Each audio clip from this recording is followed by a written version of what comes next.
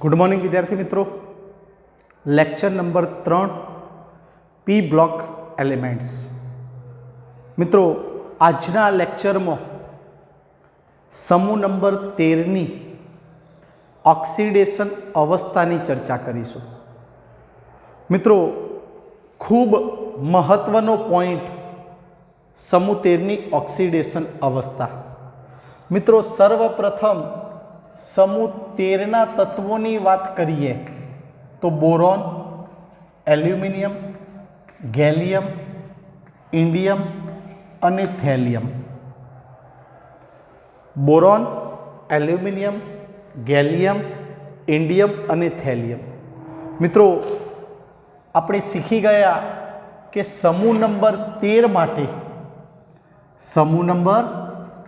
માટે મહત્તમ ઓક્સિડેશન અવસ્થા જો હોય તો એ મહત્તમ ઓક્સિડેશન અવસ્થા +3 હતી, જેને મિત્રો આપણે સમૂહ ઓક્સિડેશન અવસ્થા તરીકે પણ ઓળખતા હતા। જ્યારે આ જ સમૂહની સ્થાયી ઓક્સિડેશન અવસ્થાની વાત કરીએ तो +1 મળશે। મિત્રો ફરીથી સમૂહ 13 તત્વોની મહત્તમ ઓક્સિડેશન અવસ્થા +3, જ્યારે એની સ્થાયી ઓક્સિડેશન અવસ્થા +1। મિત્રો હવે અહીં ધ્યાન આપજો કે જ્યારે તમે બોરોનથી થેલિયમ તરફ એટલે કે સમૂહમાં ઉપરથી નીચે આવતા જશો એમ +3 ऑक्सीडेशन अवस्थानी जे स्थायीता हशे ए स्थायीता में घटाडो थशे। मित्रों याद राखजो, तमे ज्यारे समूह नंबर 13 अंदर बोरोन थी थेलियम तरफ आवता जशो एम +3 ऑक्सीडेशन अवस्थानी स्थायीता में घटाडो थशे। ज्यारे एम कही शकाशे कि +1 ऑक्सीडेशन अवस्था की स्थायीता में वधारो थशे।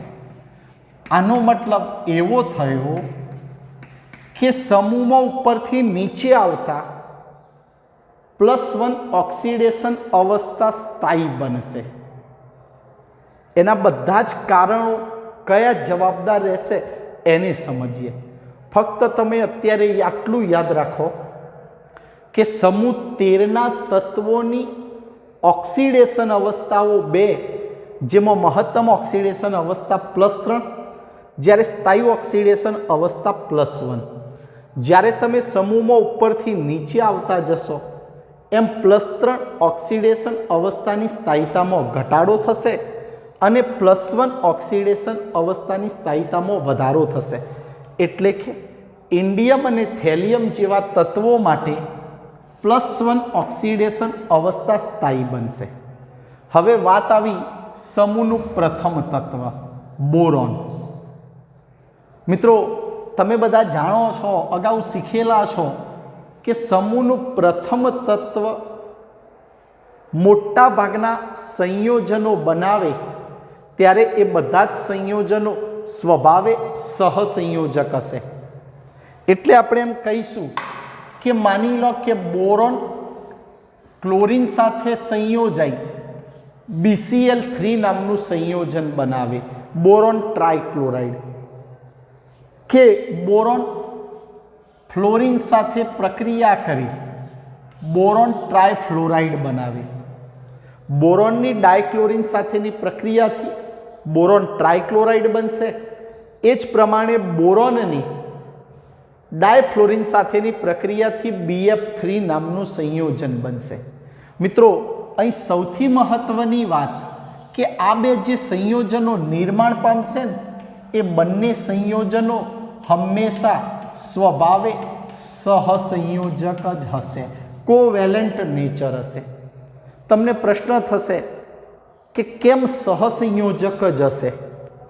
तो मित्रों सौथी महत्वनी बात कि जो बोरोन डायक्लोरीन साथे प्रक्रिया करी BCl3 बनावे अने आयनीय संयोजनનું निर्माण करवू होय, कया संयोजनનું? आयनीय संयोजनનું निर्माण करवू होय तो बोरोने पोतानी संयोजकता कक्षाना 3 ઇલેક્ટ્રોનને ગુમાવવા પડે, એટલે કે બોરોનમાંથી બોરોન +3 આયન બનવું ખૂબ જ જરૂરી બને. કોના માટે હું મિત્રો વાત કરું છું? જો બોરોન માટે આયનીય સંયોજનનું નિર્માણ કરવું હોય તો. બાકી મહત્વનું વાક્ય તો એ જ કે બોરોનના હેલાઇડ હશે કે એના હાઇડ્રાઇડ હશે એ મોટા ભાગે સ્વભાવે સહસંયોજક જ હશે. ટૂંકમાં એક જ વાત કે બોરોનના મોટા ભાગના સંયોજનો સ્વભાવે સહસંયોજક હશે. આયનીય સંયોજનનો સ્વભાવ બોરોનની અંદર જોવા મળશે નહીં. કેમ નથી આયનીય સંયોજન બનાવતા? તો એનું કારણ હવે સમજીએ. મિત્રો, આયનીય સંયોજન બનવા માટે સર્વપ્રથમ બોરોનમાંથી બોરોન +3 આયન બનવો જરૂરી છે.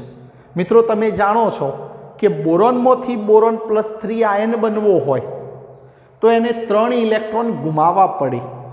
તમે એ પણ શીખી ગયા છો કે આ 3 ઇલેક્ટ્રોન એકસાથે દૂર ન થાય, ક્રમશઃ ઇલેક્ટ્રોન દૂર કરવા પડે.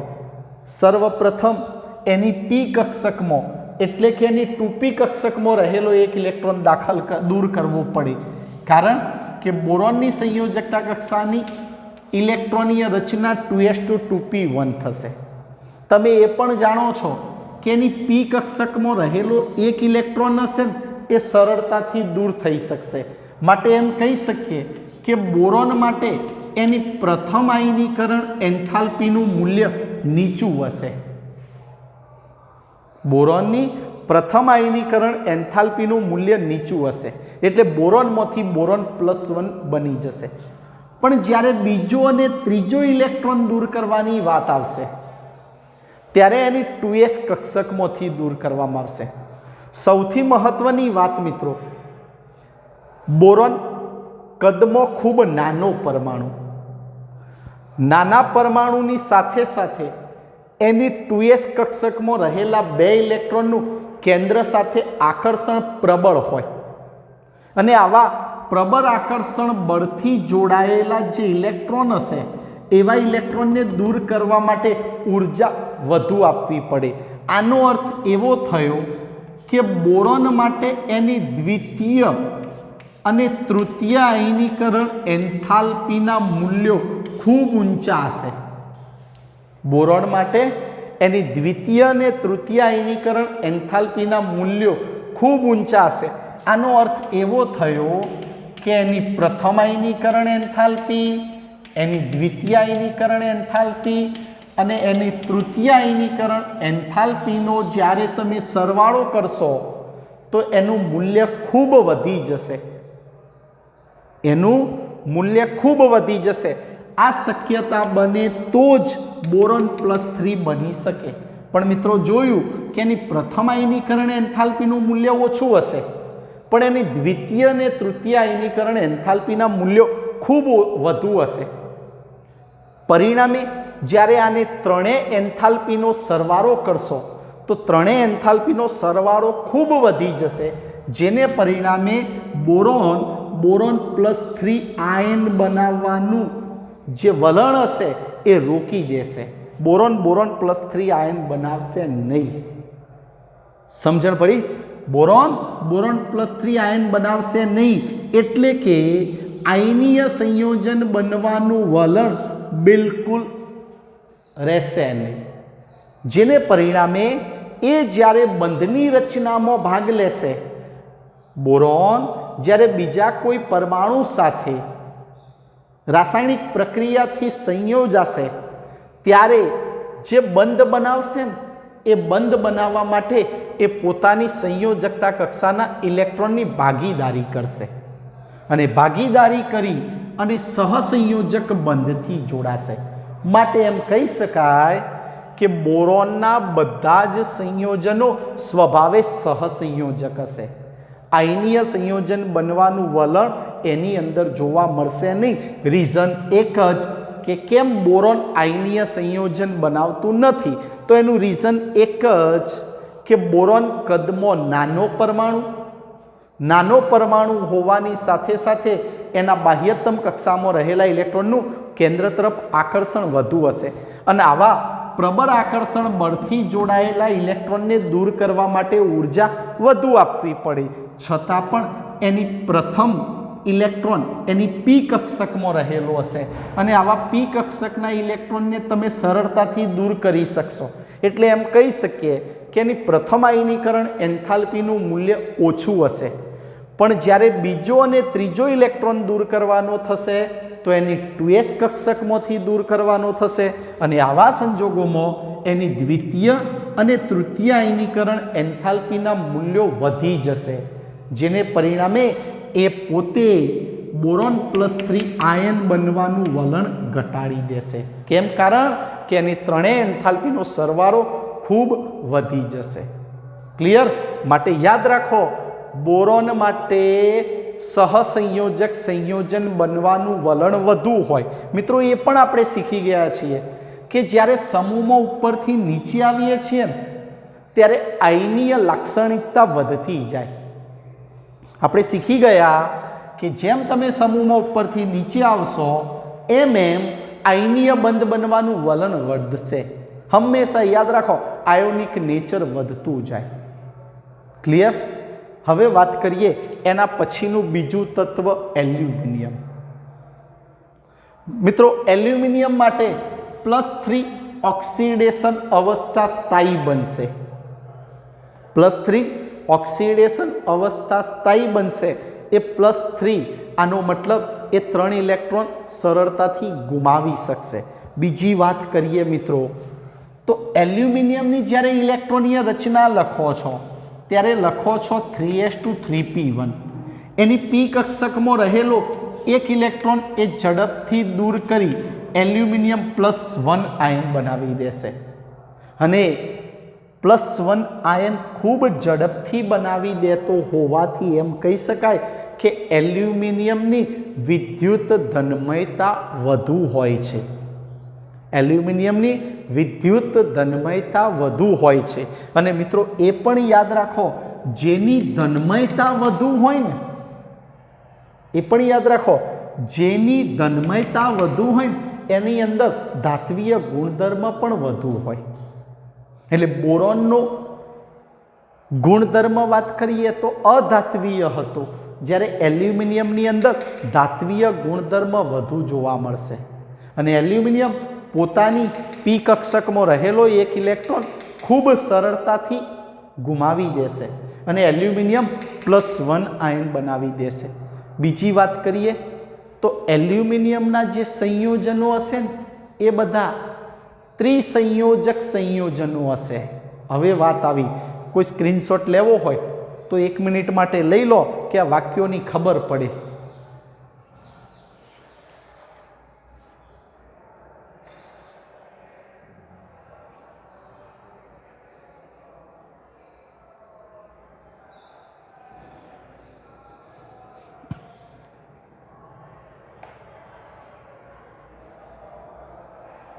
ચલો, પતી ગયું મિત્રો.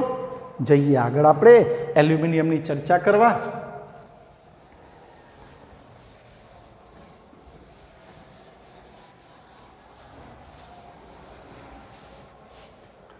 ચલો ઝડપથી સમય ન બગાડીએ. બોરોન, એલ્યુમિનિયમ, ગેલિયમ, ઇન્ડિયમ અને થેલિયમ. ચલો, બોરોનની વાત થઈ ગઈ કે બોરોનના મોટા ભાગના સંયોજનો સ્વભાવે કેવા હશે? સહસંયોજક. અહીં +3 ઓક્સિડેશન અવસ્થા મહત્વની રહેતી નથી. મિત્રો હવે આની બંનેની વાત કરીએ. પહેલી તો આ બંને માટે +3 ઓક્સિડેશન અવસ્થા સ્થાયી રહેશે. યાદ રાખજો, એલ્યુમિનિયમ અને ગેલિયમ માટે +3 ઓક્સિડેશન અવસ્થા સ્થાયી હશે, જ્યારે ઇન્ડિયમ અને થેલિયમ માટે +1 ઓક્સિડેશન અવસ્થા સ્થાયી હશે. હવે પ્રશ્ન થયો કે આમના માટે કેમ +1 અવસ્થા સ્થાયી બનશે? તો મિત્રો પહેલી ચર્ચા આની કરી લઈએ કે મિત્રો એલ્યુમિનિયમ ની અંદર +3 ઓક્સિડેશન અવસ્થા સ્થાયી. કેમ? તો એ સરળતાથી ઇલેક્ટ્રોન ગુમાવી શકશે અને ઇલેક્ટ્રોન સરળતાથી ગુમાવી શકતો હોવાના કારણે એ +3 ઓક્સિડેશન અવસ્થા ધારણ કરી એ સ્થાયી બની જશે। એ જ પ્રમાણેની વસ્તુ ગેલિયમની અંદર પણ જોવા મળશે।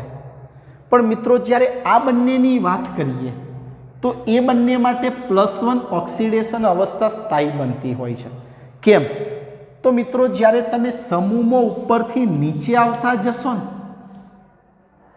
ત્યારે પહેલામાં પહેલી વાત આવી કે જે પરમાણવીય ક્રમાંક હશે ને, આ વસ્તુ બહુ સમજો।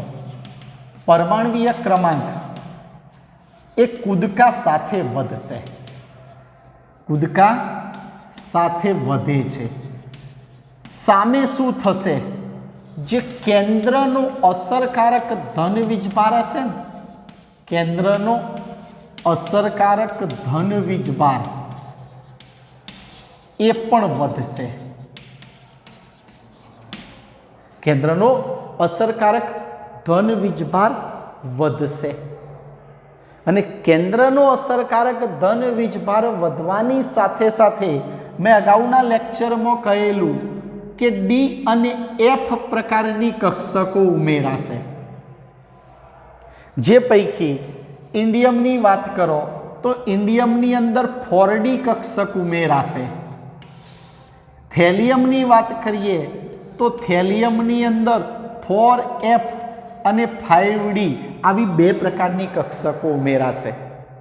સાથે સાથે એ પણ તમને વાત કરું કે જેની ઇલેક્ટ્રોનીય રચનામાં ડી અને એફ પ્રકારની કક્ષકો જે ઉમેરાશે એ સમયે એની સ્ક્રીનિંગ અસર થોડાક પ્રમાણમાં નિર્બળ બનશે। સ્ક્રીનિંગ અસર કેવી બનશે? નિર્બળ। હવે તમે જાણો છો કે ઇન્ડિયમની વાત કરીએ, ઇન્ડિયમની તો ઇન્ડિયમની પોઝિશન આવી હશે 4D10 5s2 5p1। આની વાત કરીએ તો 4f14, કોની? થેલિયમની 4f14 5d10 6s2 6p1। હવે સૌથી મહત્વની વાત આવી કે જ્યારે ઇન્ડિયમની અંદર પ્રથમ ઇલેક્ટ્રોન દૂર કરવાનો થશે તો 5p કક્ષકમાંથી થશે, જ્યારે ગેલિયમની અંદર પ્રથમ ઇલેક્ટ્રોન દૂર કરવાનો થશે તો એની 6p કક્ષકમાંથી થશે। પણ મિત્રો તમે એ વાક્યને પણ યાદ રાખો કે જેની ઇલેક્ટ્રોનીય રચનાની અંદર ડી અને એફ પ્રકારની કક્ષકો ઉમેરાશે ત્યારે સ્ક્રીનિંગ અસર નિર્બળ બનશે। સ્ક્રીનિંગ અસર નિર્બળ બનવાની સાથે સાથે કેન્દ્રનો અસરકારક ધન વીજભાર વધશે અને કેન્દ્રનો અસરકારક ધન વીજભાર વધવાને પરિણામે એની બાહ્યતમ કક્ષામાં રહેલા ઇલેક્ટ્રોનનું કેન્દ્ર તરફ આકર્ષણ વધશે અને આકર્ષણ વધવાને પરિણામે એની પી કક્ષકમાં રહેલો એક ઇલેક્ટ્રોન સરળતાથી દૂર કર્યા પછી એની એસ કક્ષકમાં રહેલા 2 ઇલેક્ટ્રોનને સરળતાથી દૂર કરી શકાતા નથી। કેમ મિત્રો? તો જેમ જેમ તમે નીચે આવતા જશો એમ એમ એસ કક્ષક માટે નિષ્ક્રિય યુગ્મ અસર પ્રભાવી બનશે। ઇન્ડિયમ અને થેલિયમની અંદર એસ કક્ષકની નિષ્ક્રિય યુગ્મ અસર વધુ પ્રભાવી હશે, જેને પરિણામે એની એસ કક્ષકમાં રહેલા ઇલેક્ટ્રોન પોતાનું યુગ્મ સ્વરૂપ જાળવી રાખવા માટે પ્રયત્ન કરશે, જેને પરિણામે એ પી કક્ષકમાં રહેલા એક ઇલેક્ટ્રોનને દૂર કર્યા પછી એ +1 ઓક્સિડેશન અવસ્થાને સ્થાયી બનાવી દેશે। +1 ઓક્સિડેશન અવસ્થાને સ્થાયી બનાવી દેશે। ફરીથી જોઈ લો, હું બોલું એ આટલું એટલે રિવિઝન થઈ જાય। આ મુદ્દો ખૂબ મહત્વનો। બોરોન માટે +3 ઓક્સિડેશન અવસ્થા મહત્વની નથી। બોરોન મોટા ભાગના કિસ્સાઓમાં મોટા ભાગે સહસંયોજક સંયોજનો જ બનાવશે, જેને પરિણામે બોરોન +3 આયન બનવાનું વલણ રોકી દેશે। એલ્યુમિનિયમ અને ગેલિયમ માટે +3 ઓક્સિડેશન અવસ્થા સ્થાયી બનશે। હા, ગેલિયમ માટે +1 ઓક્સિડેશન અવસ્થા હોય પણ એના માટે +3 ઓક્સિડેશન અવસ્થા સ્થાયી રહેશે, જ્યારે ઇન્ડિયમ અને થેલિયમ માટે +1 ઓક્સિડેશન અવસ્થા સ્થાયી હશે. ગઈકાલના લેક્ચરમાં મેં કહેલું હશે કે સમૂહમાં ઉપરથી નીચે આવતા જશો એમ +3 ઓક્સિડેશન અવસ્થાની સ્થાયીતામાં ઘટાડો થશે અને +1 ઓક્સિડેશન અવસ્થાની સ્થાયીતામાં વધારો થશે. આનો અર્થ એવો થશે કે નીચેના બે તત્વો માટે +1 ઓક્સિડેશન અવસ્થા સ્થાયી હશે. શા માટે?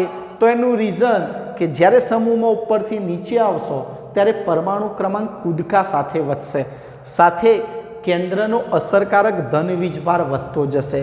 સમૂહ 13 માટે સ્ક્રીનિંગ અસર નિર્બળ બનશે. કોના કારણે? તો ડી અને એફ પ્રકારની કક્ષકો ઉમેરાવાના કારણે. અને સ્ક્રીનિંગ અસર નિર્બળ બનવાની સાથે સાથે એસ કક્ષકની પોતાની નિષ્ક્રિય યુગ્મ અસર પ્રભાવી બનશે.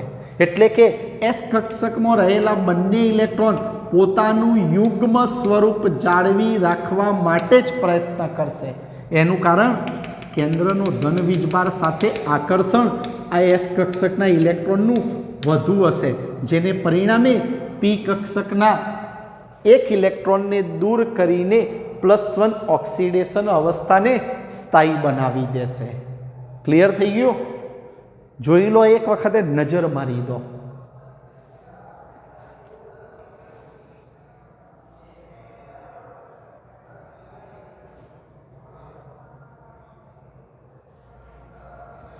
ચલો મિત્રો, પૂરું. હવે આગળ જઈએ. આગળ પોઈન્ટ, આના જ પોઈન્ટ હજુ પૂરો થયો નથી.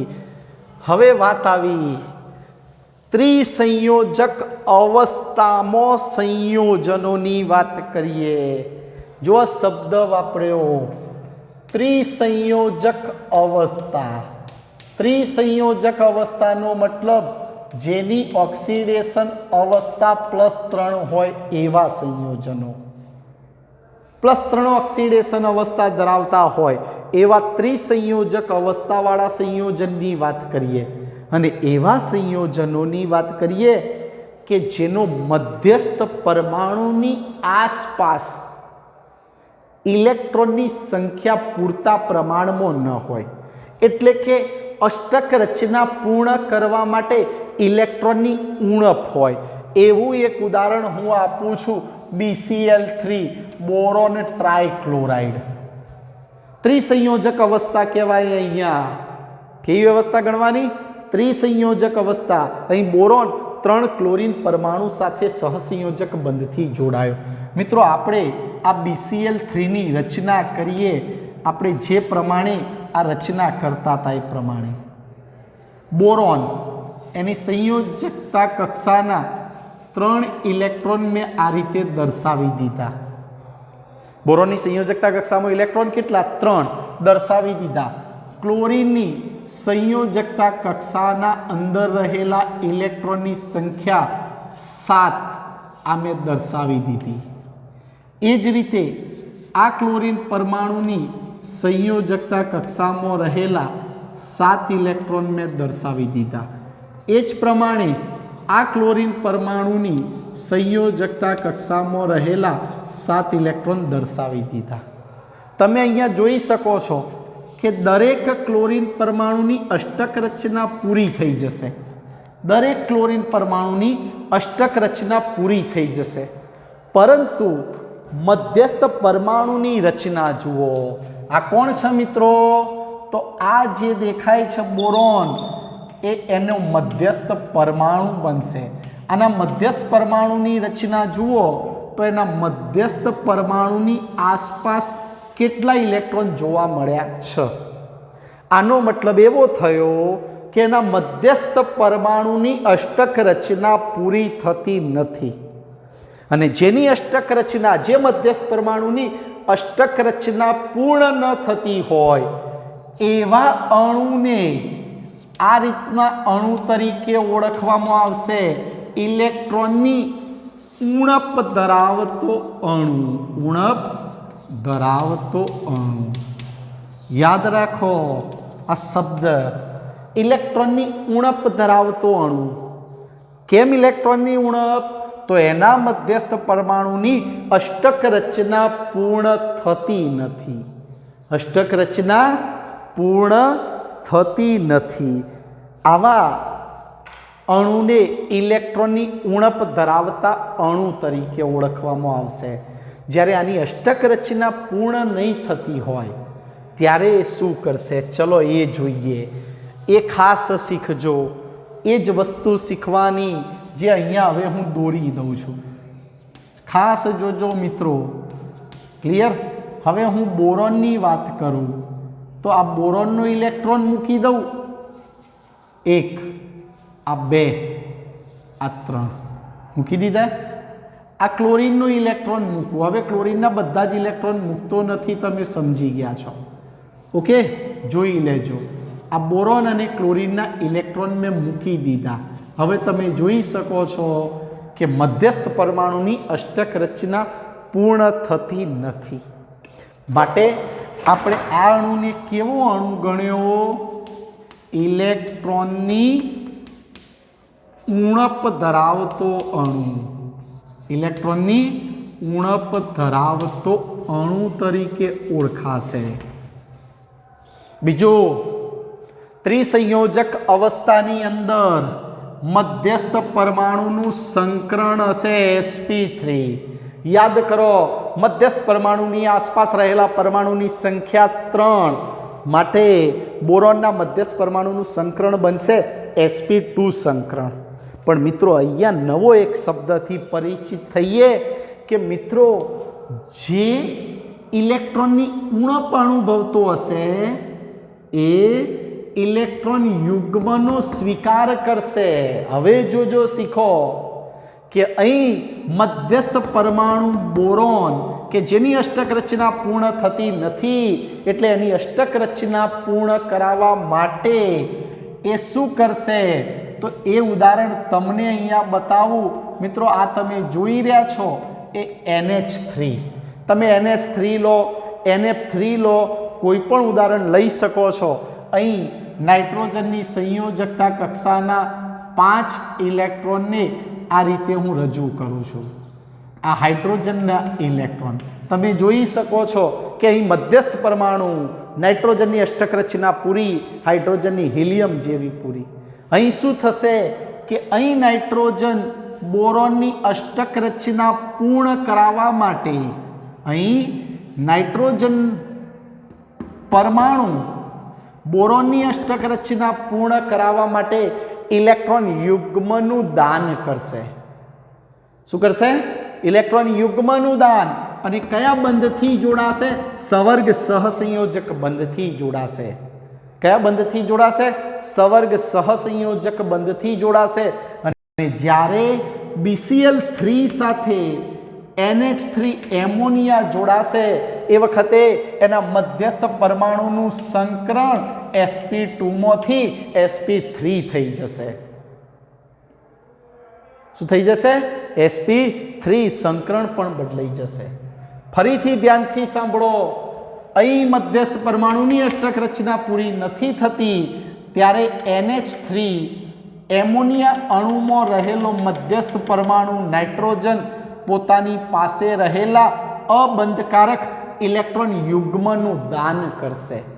જ્યારે બોરોન આ ઇલેક્ટ્રોન યુગ્મનો સ્વીકાર કરશે. અહીં બોરોન ઇલેક્ટ્રોન યુગ્મનો સ્વીકાર કરતો હોવાથી અહીં BCl3 અણુને લુઈસ એસિડ તરીકે ઓળખવામાં આવશે. આ નવો શબ્દ પરિચિત થાઓ, લુઈસ એસિડ. લુઈસ એસિડ એટલે એવો એસિડ કે જે ઇલેક્ટ્રોન યુગ્મનો સ્વીકાર કરશે. જ્યારે અહીં એમોનિયા એ લુઈસ બેઝ તરીકે ઓળખાશે જે ઇલેક્ટ્રોન યુગ્મનું દાન કરશે. એટલે કે આ ઉદાહરણની અંદર BCl3 લુઈસ એસિડ તરીકે વર્તશે, જ્યારે NH3 લુઈસ બેઝ તરીકે વર્તશે. લુઈસ એસિડ શું કરશે? ઇલેક્ટ્રોન યુગ્મનો સ્વીકાર કરશે, જ્યારે લુઈસ બેઝ ઇલેક્ટ્રોન યુગ્મનું દાન કરશે. અને અહીં મધ્યસ્થ પરમાણુનું સંકરણ sp2 માંથી sp3 થઈ જશે. આકાર પણ બદલાઈ જશે. અહીંયા સમતલીય ત્રિકોણ હતો ત્રિકોણીય સમતલ આકાર હતો, સમતલીય ત્રિકોણીય આકાર હતો, ત્યારે અહીં બની જશે સમચતુષ્ફલકીય આકાર. અને આ રીતે BCl3 સાથે જે રીતે તમે લખો કે BCl3 સાથે એમોનિયાનો અણુ જોડાઈ જશે અને આ રીતની રચના બનશે. અહીં એમોનિયાનો અણુ જોડાયો અને આ રીતે 3 ક્લોરીનના પરમાણુ સાથે સંકરણ sp3 બની જશે. જોઈ લો, સ્ક્રીનશોટ લેવાનો હોય તો લઈ શકો છો. ક્લિયર મિત્રો? હવે આગળ જઈએ. આ જ વસ્તુ ખૂબ મહત્વનો પોઈન્ટ, ખૂબ સારો પોઈન્ટ છે મિત્રો. હવે આગળ જઈશું આ જ બાબતમાં કે જે તમારે તૈયાર કરવાની રહેશે Al2Cl6 ની રચના. મિત્રો એવું કહેવાય છે મિત્રો કે AlCl3 એકાકી અણુ સ્વરૂપે અસ્તિત્વ ધરાવતો નથી. AlCl3 એકાકી અણુ સ્વરૂપે અસ્તિત્વ ધરાવતો નથી. એ હંમેશા ડાયમર સ્વરૂપે જોવા મળશે. કયા સ્વરૂપે? ડાયમર સ્વરૂપે. તમારે તૈયાર કરવાનું છે મિત્રો Al2Cl6 નું બંધારણ. જોઈએ Al2Cl6 નું બંધારણ. એલ્યુમિનિયમ. મિત્રો એલ્યુમિનિયમ કેટલા બંધ બનાવી શકે? તો એલ્યુમિનિયમ બનાવી શકે 3 બંધ. આ 3 બંધ એને પોતાના બની ગયા, સહસંયોજક બંધથી જોડાઈ ગયું. એ જ રીતે આ એલ્યુમિનિયમનો પરમાણુ પણ 3 ક્લોરીન પરમાણુ સાથે સહસંયોજક બંધથી જોડાઈ જશે. જોઈ લો, આ એક AlCl3, આ બીજો AlCl3. આ બંને જે મેં રચના કરી એ એકાકી અણુની કરી. પણ એમ કહી શકાશે મિત્રો કે આ ક્લોરીનનો પરમાણુ આ એલ્યુમિનિયમના પરમાણુને ઇલેક્ટ્રોન યુગ્મનું દાન કરશે. શું કરશે? ઇલેક્ટ્રોન યુગ્મનું દાન. અને આ ક્લોરીન પરમાણુ આ એલ્યુમિનિયમ પરમાણુને ઇલેક્ટ્રોન યુગ્મનું દાન કરશે. શું કરશે? ઇલેક્ટ્રોન યુગ્મનું દાન કરશે. અને ઇલેક્ટ્રોન યુગ્મનું દાન કરી સવર્ગ સહસંયોજક બંધથી જોડાઈ જશે. મિત્રો અહીં એ પણ મેં તમને ચોથા પ્રકરણની અંદર કહેલું કે સ્વીકાર કરનાર જે પરમાણુ હશે, ઇલેક્ટ્રોન યુગ્મનો સ્વીકાર કરનાર જે પરમાણુ હશે એ ત્યારે જ ઇલેક્ટ્રોન યુગ્મ સ્વીકાર કરી શકે કે એના પાસે એક કક્ષક કેવી હોવી જોઈએ? ખાલી કક્ષકની અંદર એ ઇલેક્ટ્રોન યુગ્મની ગોઠવણી કરશે. અને આ રીતે Al2Cl6 અણુની રચના થશે. બીજા વાત કરીએ મિત્રો તો આ બધા જે ટ્રાયક્લોરાઇડ સંયોજનો હશે, હવે એ પણ જાણીએ. ટ્રાયક્લોરાઇડ સંયોજનો માની લો BCl3, આ ટ્રાયક્લોરાઇડ સંયોજન કહેવાય. આ ટ્રાયક્લોરાઇડ સંયોજનો પાણી સાથે પ્રક્રિયા કરશે ત્યારે પાણી સાથેની પ્રક્રિયા જળ વિભાજન તરીકે ઓળખાશે. કઈ પ્રક્રિયા તરીકે ઓળખાશે? જળ વિભાજન પ્રક્રિયા તરીકે ઓળખાશે. અને પાણી સાથે જળ વિભાજન પ્રક્રિયા કરી આવા ચતુષ્ફલકીય સંયોજન બનાવશે. જોજો, આ એક શીખવા જેવી બાબત આવી. BCl3 જેના અંદર મધ્યસ્થ પરમાણુનું સંકરણ sp3 હતું, જ્યારે આ હેલાઇડ કહેવાય, ટ્રાયહેલાઇડ. યાદ રાખવા શબ્દને બીજા નામથી ઓળખાય, ટ્રાયહેલાઇડ સંયોજન. અને આ બધા ટ્રાયહેલાઇડ સંયોજનો પાણી સાથે જળ વિભાજન કરશે. અને પાણી સાથે જ્યારે જળ વિભાજન કરશે ત્યારે સમચતુષ્ફલકીય સંયોજનો બનાવશે. કેવા? સમચતુષ્ફલકીય સંયોજનો બનાવશે. આ પ્રકારના ટેટ્રા પ્રકારના સંયોજનો જળ વિભાજન પામીને. જ્યારે એવું કહેવાય છે મિત્રો કે એલ્યુમિનિયમના ટ્રાયક્લોરાઇડ જ્યારે પાણી સાથેની જળ વિભાજન પ્રક્રિયા કરશે ત્યારે પાણી સાથેની જળ વિભાજન પ્રક્રિયા કરવાને કારણે આવા અષ્ટફલકીય સંયોજનોનું નિર્માણ કરશે. યાદ રાખો, બોરોન સમૂહનું પ્રથમ તત્વ પાણી સાથે જળ વિભાજન કરશે તો ટેટ્રા પ્રકારનું સંયોજન બનાવશે. એલ્યુમિનિયમ પાણી સાથેની જળ વિભાજન પ્રક્રિયા કરશે તો હેક્ઝા પ્રકારનું સંયોજન બનાવશે. આ સંયોજનો બધા જ સમચતુષ્ફલકીય હશે. આ બધા જ સંયોજનો અષ્ટફલકીય હશે. કેવા હશે? અષ્ટફલકીય. એમાં આની ઓળખાણ આપું. કોની? એ બહુ જરૂરી વસ્તુ આવી. લખ્યું મેં Al H2O6+3. હા, સંકીર્ણ સંયોજન બન્યું. લિગેન્ડ તરીકે ઓળખાશે. સંકીર્ણ સંયોજન બન્યું. શું બન્યું? સંકીર્ણ સંયોજન. મિત્રો આનું જે નામકરણ છે ને એ નામકરણ આવું બોલાશે. હેક્ઝા 6 માટે. અહીં પાણી માટે સંકીર્ણ સંયોજનોમાં નામ બોલાશે એક્વા અને સાથે લખાશે એલ્યુમિનિયમ. ઉપર સંયોજકતા જે હશે એ રોમનમાં લખાશે, પાછળ શબ્દ આવશે ion. Hexa, aqua, aluminium 3 ion. અને આ હેક્ઝા એક્વા એલ્યુમિનિયમ 3 આયન કે જેની અંદર sp3d2 સંકરણ થશે. કયું સંકરણ થશે? મધ્યસ્થ પરમાણુનું sp3d2. અને સાથે સાથે આ બધા જ સંયોજનો અષ્ટફલકીય તરીકે ઓળખાશે.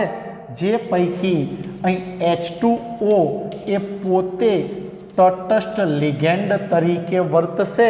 મારા ખ્યાલ મુજબ મેં પ્રકરણ નંબર 3ની અંદર વાત કરેલી તટસ્થ લિગેન્ડ. અને અહીં તટસ્થ લિગેન્ડ H2O. તટસ્થ લિગેન્ડ H2O એટલે કે પાણીના અણુમાં રહેલો ઓક્સિજન પરમાણુ પોતાની પાસે રહેલા અબંધકારક ઇલેક્ટ્રોન યુગ્મ ધાતુ આયનને દાન કરશે. શું કરશે? ધાતુ આયનને દાન કરશે. આટલું યાદ રાખો.